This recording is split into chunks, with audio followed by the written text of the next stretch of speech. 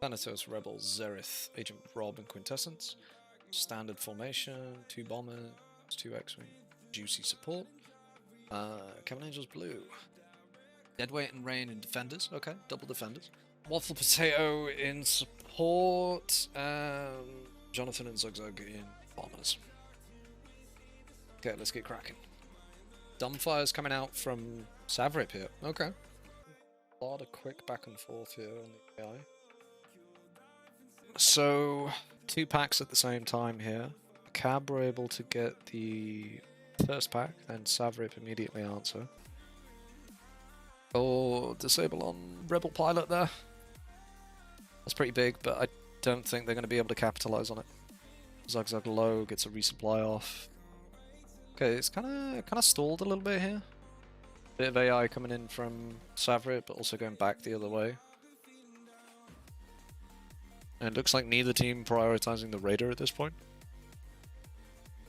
Yeah, so Rebel goes down, and then it's just a single AI off the point. Yeah, so the Dumbfire Goliath doesn't work. Deadweight chaffs it. Then we get 1, 2, 3, 4, 5.5. Again, the AI is coming in a bit slow for Savrip here. They get those first 2 packs, and then it's difficult after that. So bang bang. So that's a full pack. And then there's just a little bit of back and forth from groups of multi-locks and standard lasers. Oh shit, you got Iron Dog twice? Man, that's huge. I missed that. It would be good if, you know, on these overlays, it'd be good if it actually gave you like the little icons for when people are disabled or beaconed. Okay, so where are we now? We got Thanatos and Rebel Pilot down. Ouch. Cavern Angels Blue on the attack. Farm's already started coming in though, so Quintessence has done a good job trying to sort that out. Farm's starting to come in. Shields on this frigate. Slow. 32 is not bad by any kind of means, but still 6 to 8 seconds too slow for tippity top. Hit the 40 seconds, the first group of AIs come in. Bit more AI comes in there. And then another pack should be coming in. What did we see? We saw somebody line that up. Who was that? Yeah, Rebels lining that up. Okay, cool. So you should be able to get a Goliath on that quite quickly. Seeing a bit of pressure on Cavern Angels Blue here, but not enough to secure some kills at the moment because of those resupplies. They're just gonna keep coming out, and they're gonna keep, you know, allowing the TIE Bomber to just soak up all the damage. This is why the 2v1 and the 3v1 is so powerful, because you just go through it all. So morale's half. Another pack of AI comes in. I don't know, I just kind of expect it to be faster. When does morale hit half? There, 22. 22, and then the second pack of AI doesn't come in for 15 seconds. I don't know how I feel about that. There's 2 bombers on the field. In saying that though, still a reasonable defense. If you drop the Raider now, then it's almost gone, and the shields have only just gone. Oh wow, what happened there? Can someone tell me? Cavern Angels Blue? You lost the frigate. Did you just get frisky with it? Did someone fire off a torp? No, that was whittled down. Was the plan here just to steamroll through? Like usually you set up for a double out phase, but you guys are melting it. Personally, I found it quite a ballsy decision, because you know that the Raider's still up and the shields have gone. Rain changed his mind last second. Okay. I mean, you're all still up. You're all still in, and you've all, I assume, got reasonable payload, so you can get Delta out phaseable, but as like I said, Raider is about to flip. Yeah, there it goes. I think that was a mistake. We go here. I think we're on board with Zugzug for the rest of it, but yeah, so it goes in, it's 11, 10, 9, 8, 7, so you see the individual numbers going down. It's not like a torp was run out on it. In saying that though, the objective is to, on this kind of phase, is to get one of the frigates out phaseable, and if you can, at least the shields down on the second. The Nebulon. I disagree. I think pushing through was the correct call. No, it wasn't, because the Raider is about... you can see that the Raider's on fire. If the Raider still had shields, then I probably would have agreed with you. Because morale is, you know, when you take the Nebulon here, it goes back to half. And if everybody commits to doing damage on the second Nebulon, then you can either get it out of phaseable, or you can use it to just push through even more. But whilst all 5 of you are trying to melt this Nebulon, you've got to remember that Savrip's 2 bomber pilots are farming, and Thanatos and Agent Rob should be putting damage into the Raider, because it just denies you too much. This is all, like, after the fact, isn't it? So it's easy for me to sit here and go, well, that's wrong, that's good, that's bad, you know, that kind of shit. But in the moment, if somebody makes a call, unless there's, like, significant kickback on it, and you've got like microseconds to do that, then it's not worth it. The important thing is if somebody makes the call, or if your shot caller makes the call, that you stick to that call, because then everybody is still coordinating with each other and everybody is still doing the job that they're supposed to be doing, regardless of whether it's in the wrong direction or not. Cab are going to stay in. Yeah, they're going to stay in and get this out phaseable. Oh, it costs them though. Rain goes down. Jonathan is a little bit low. Already starting to farm though. 37 is an interesting percent to leave out. It's not quite instant roll through on next offense. Potentially you can instantly erase the first 5 stack into your second offense to extend the flagship offense versus shorten your first D. But Rain goes down. Jonathan's instantly farming. Zug should either be resupplying or trying to keep that same pace and farm as well. Needs to be careful here. He's... Oh, okay, so Deadweight is trying to stay in, hence the APS. Yeah. Shields go down. How long for the shields to go down? So we'll take it for 28:40. And shields drop just over 20 seconds. That is a really good time. So, yeah, Savrip, really good job on taking down those shields quickly. At this point, though, you do know that you're behind, and you do know that Cab are going to commit to the out phase, which I think was a good call for Cab. Actually, do I think that was a good call for Cab? Do I think that they should have got the out of phase at that point? No. No, I think that was a bad call. They should have used it for momentum on their second attack. Because if you keep the frigate for your second attack, then that puts Savrip in an interesting position where they have to worry about if they get a frigate out of phaseable, well, when do they take the frigate? Because if they take the frigate first, then Cab on attack take the last Nebulon, then that cancels out the morale, right? Whilst taking out this Nebulon does mean that it's going to shorten the attack phase of Savrip, I do think that it is not the best decision. It's an okay decision, but I don't think it's the best one. I think they could have waited. Oh, Savrip pick up a kill on Waffle as well. That is big, because Deadweight is trying desperately to take out that out of phase. So he's kind of on his own, which means that instantly Savrip is in a 5v4 situation. But taking out Waffle Potato, now they're in a 3v5 situation. So Savrip can do one of 2 things here. They can all pile onto the OBJ because they know that they're basically not going to get pressured. Or what they could do is they could kind of split off so that Agent Rob, Thanatos, and Zerith go for one of the bombers, get the kill, and then come back and do the damage. Personally, I'd probably pick Jonathan just because he's lower in health. I don't know too much about the evasion patterns of Zugzug and Jonathan, but yeah, I'd definitely pick Jonathan for being the low health. It puts you it's easier. There goes the out of phase after quite a while into the phase. Shields are coming down on Charlie as well. Delta's at half. Rebel Pilot is not much on the ordnance here. Needs a cheeky resupply. He's going to do anything. Needs to shield skip more aggressively. Let's watch that again. See some mechanics here. Rebel, you need to change the way that you shield skip. You're not shield skipping. You've done it like 2 or 3 times there.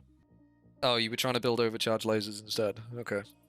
You can build overcharge lasers whilst you're shield skipping though.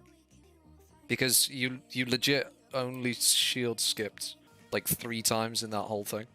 If you're getting shot like that, I would always suggest going for the shields, like regenning your shields rather than going on the offense. Because if you had like front overcharge lasers, front overcharge shields here, then you would have had enough shields in order to go on the offensive. But considering you've got people on your ass, your shields are less than, I want to say half, because overcharge shields are full and standard shields would be half, right? So you're less than half at the minute. So really need to work on the power management in this area to be able to shield skip effectively, because you need to shield skip basically every single time you get shot.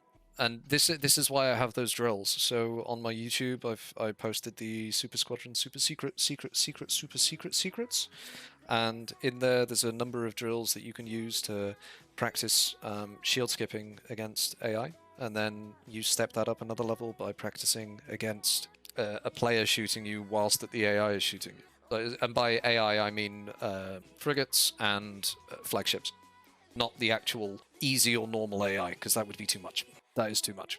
I mean, you can try it, and it's a lot of fun, but for the purpose of just like getting this in your muscle memory, it's overkill. Whilst we're on the subject of power management for this case and shield skipping, fun fact for all of you console peasants out there, and I use that term endearingly, if you've been shot, you know how you've got a cooldown on your shields before they start regenerating.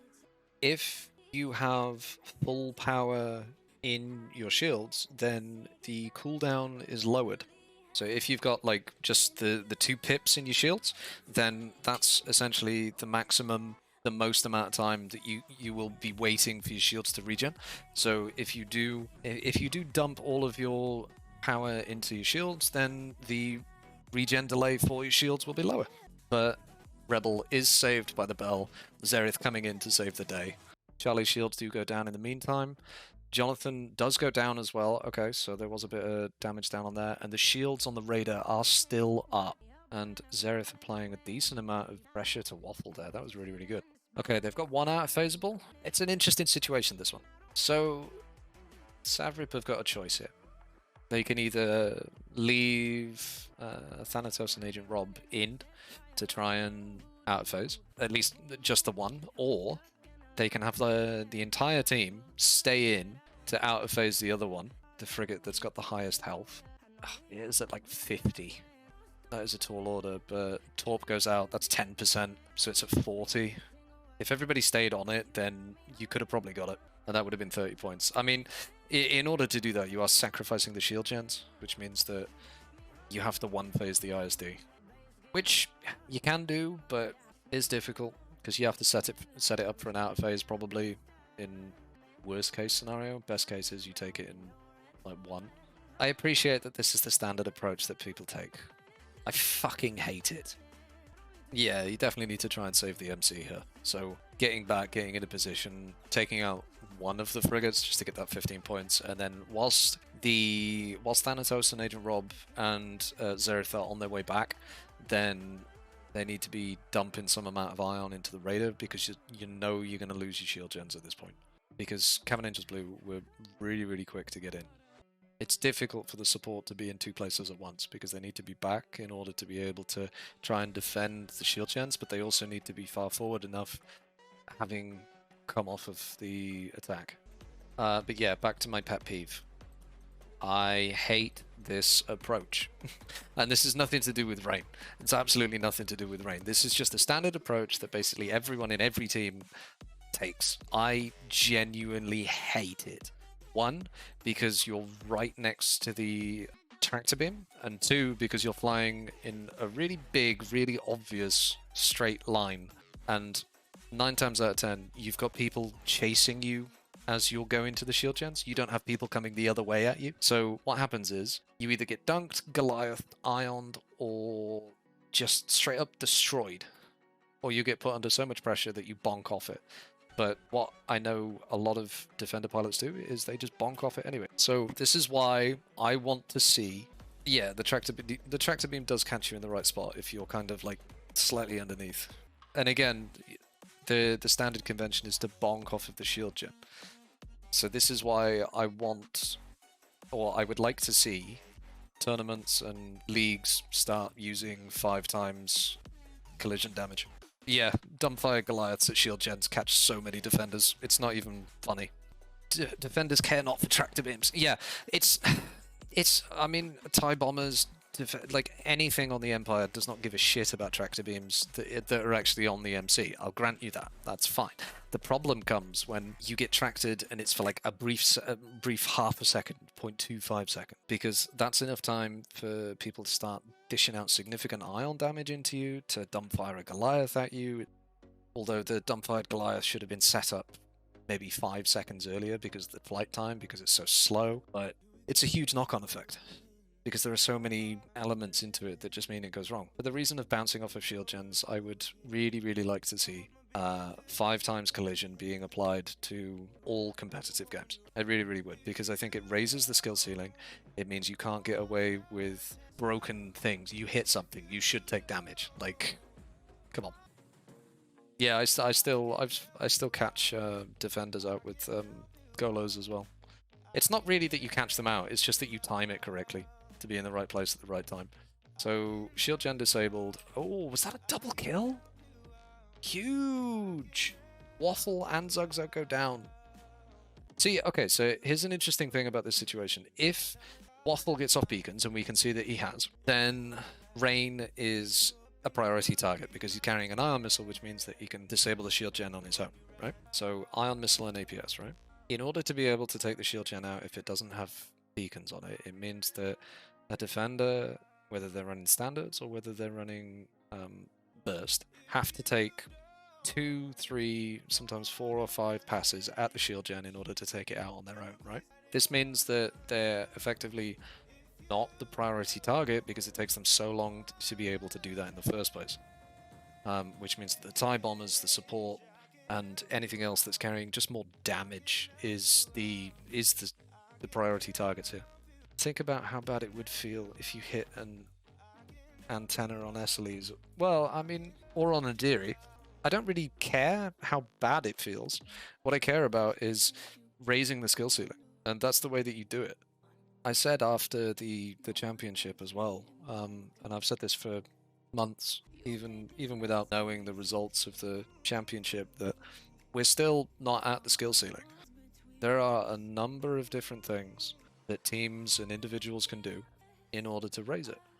Some of them are league and competition level, where its modifiers are, well, modified, and a lot more of it is about the way that the teams SCD or grey mods plug. No, the SCD mods are bad. It's a really, really bad idea. But yeah, like, there's loads that teams and individuals can still do. It's kind of one of the reasons why I'm doing this, because I want to see how far teams are going to push themselves. They're going to push each other. The rivalries, the coachings, the everything. Oh, Jonathan got disabled and Traxid. How are you not dead? Is that shield gen taken out in the end? So what was that? Left shield gen got destroyed. Right shield gen disabled. But does it get taken out? 9 HP, so it'd be the next pass that it gets taken out, I think. There you go. Okay, so they both get taken out, right. But how long does it take to actually get these shield gens down from the point of attack? Now, obviously, you've got to factor in the fact that there's a load of distance here. 27, 22. The Gonk Bonk, that's a really good set of modifiers to add. Obviously, adding in my own personal 5 times collision damage on there.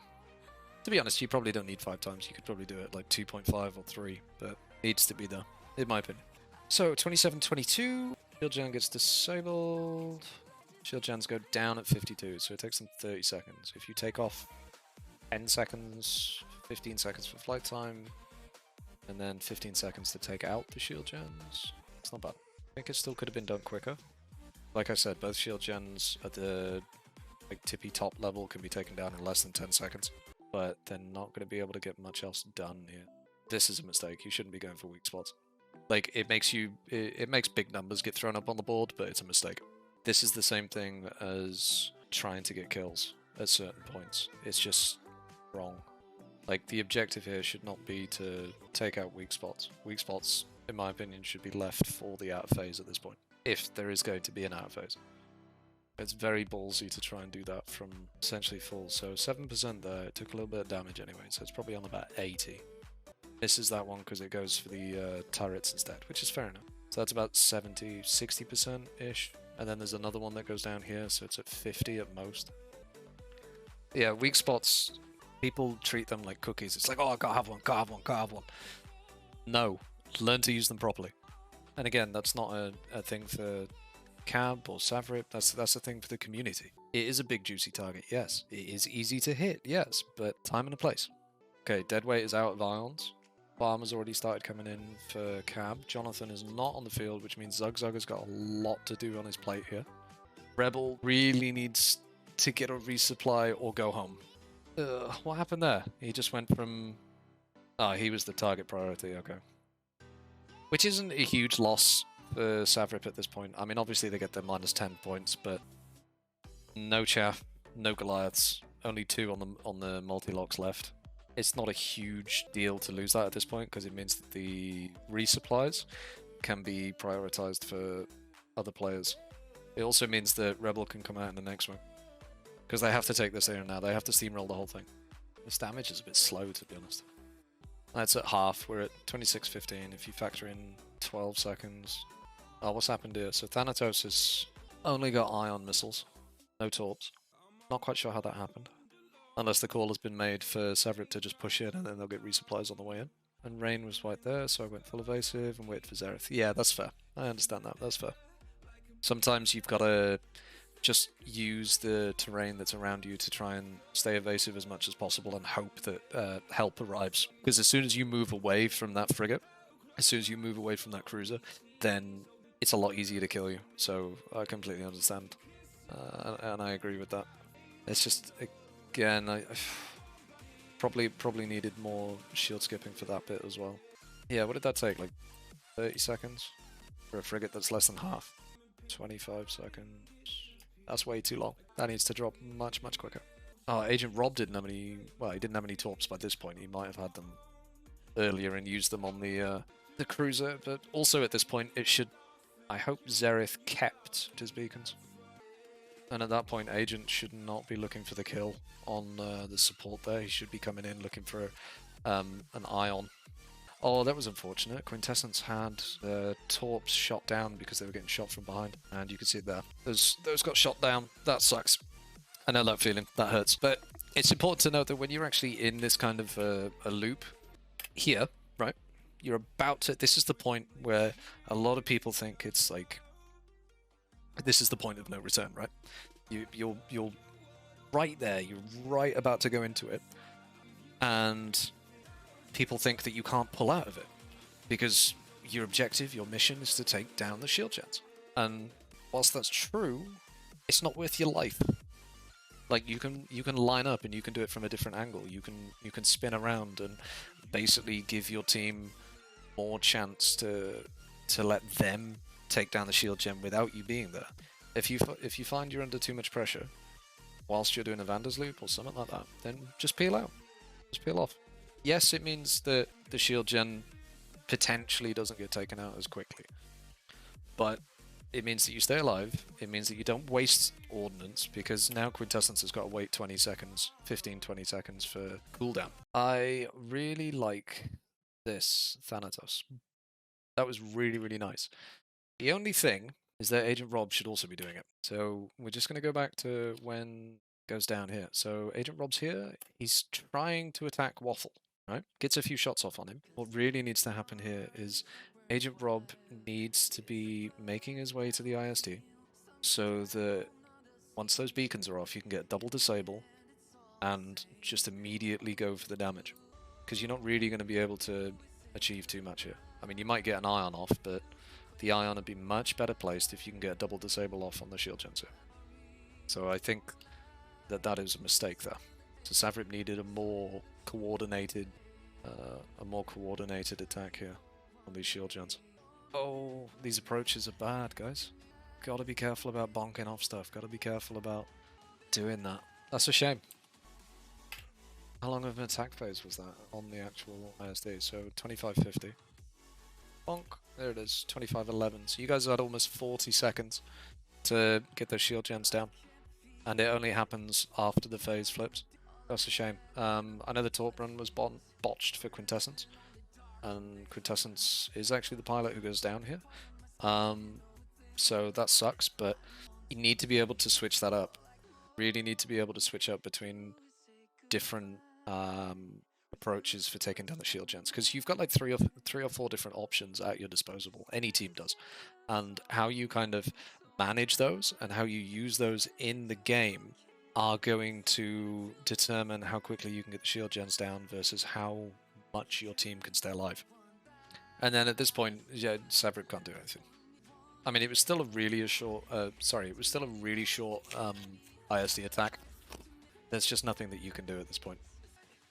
No, that's GG. You can't take the raider quick enough for it to not do the passive damage. The players will take it out. There was there was 3 weak spots taken out, which means that there's 2 left, which is 14% damage because they're 7% each, and then it's just a case of melting into it. Ta-da! Yeah, there's nothing really to say about that last attack, last defense. Not sure how I feel about the recent Torp meta. Yeah, again, the Torps are like, I don't know how I feel about them. Does everyone remember when people used to run Torps maybe 4 or 5 months ago? And what everyone would do is just chaff it. we need more chaff. Rebel, 3 deaths, still top of the board though. Yeah, there just wasn't enough going on for Savrip in that one. And the first attack from Cavern Angels Blue went really, really well. Even though taking that frigate was a mistake, it meant that they could push that last one to be outphaseable and shorten their attack. And then just the botched ISD attack. Yeah, that's true. Yeah, I forgot about the beacons. Yeah, you can't chaff if you beaconed. But that's the point, isn't it? It's like there's no counter to a counter. So Torps are kind of like the meta, and they probably will continue to be. I also find it funny how the farmers don't really carry Torps, even though they're bombers. Decent damage output by Jonathan there. Low deaths, low kills across the board, really. Rain rocking a 4-1 there, but otherwise. And we're seeing not quite as much farm from both sides here. I think the game went on a little bit longer for the first one, but overall, yeah, not as many high numbers with the farm.